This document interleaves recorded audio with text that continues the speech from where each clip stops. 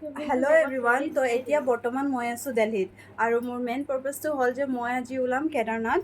তো মই আপোনালোকক দেখাব বিচাৰোঁ যে মই ক'ত ক'ত যাওঁ কি কৰোঁ। তো সেইকাৰণে আৰু আমাৰ বেগ পেকিং এয়া হৈ আছে, এয়া পূৰা বেগ পেকিং কৰি থৈছোঁ। আৰু মোৰ লগত যাব সুপ্ৰিয়া। হেল্ল' আমি গৈ আপোনালোকক দেখাওঁ আমি কি কৰিম, কেনেকৈ যাম আপোনালোকক দেখাওঁ। আপোনালোকে চাই থাকিব মৌচুমী ব্লগটো। আৰু এয়া ৰুবিদি যাব, তাৰপিছত আৰু এয়া জজ আৰু আছে বাহিৰত আছে।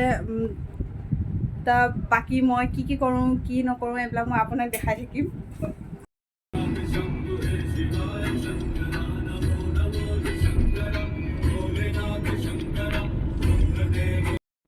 এতিয়া বৰ্তমান আমি হৰিদ্বাৰ আহি পালোঁ আৰু পাই লগে লগে আমি চনপ্ৰয়াগ যাবলৈ কাৰণে বাছ পাই গ'লোঁ। বৰষুণ দি আছিলে ইয়াত, তো আমি চবে জল্দি জল্দি উঠি মেলি বাছত বহি আছোঁ।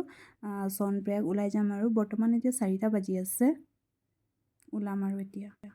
আৰু এতিয়া দেখিছে আমি হৰিদ্বাৰৰ পৰা ওলালোঁ, চনপ্ৰয়াগ গৈ আছোঁ আৰু মাজতে ইমানেই বৰষুণ দিছে আৰু ৰাস্তা ইমান বেয়া আছিলে ন, মানে বহুতেই বেয়া আছিলে আৰু বৰষুণ দিটো আৰু ৰাস্তাটো বেয়া কৰি দিছে। আমি হৰিদ্বাৰৰ পৰা ওলাওঁতে আমাৰ চাগে 4:30 বা 5 এনেকুৱা হৈছিলে নেকি। তো আমি এতিয়া গৈ আছোঁ, পোৱাগৈ নাই আৰু আমি পামগৈ 2টা বা 3টামান বজাত। তো আপোনালোকক দেখাই থাকিম।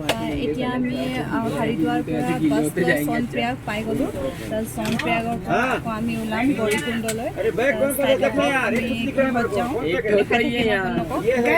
মোৰ হোটেল হয়তো চব আপোনালোকে ইয়ালৈ আহিলে হোটেল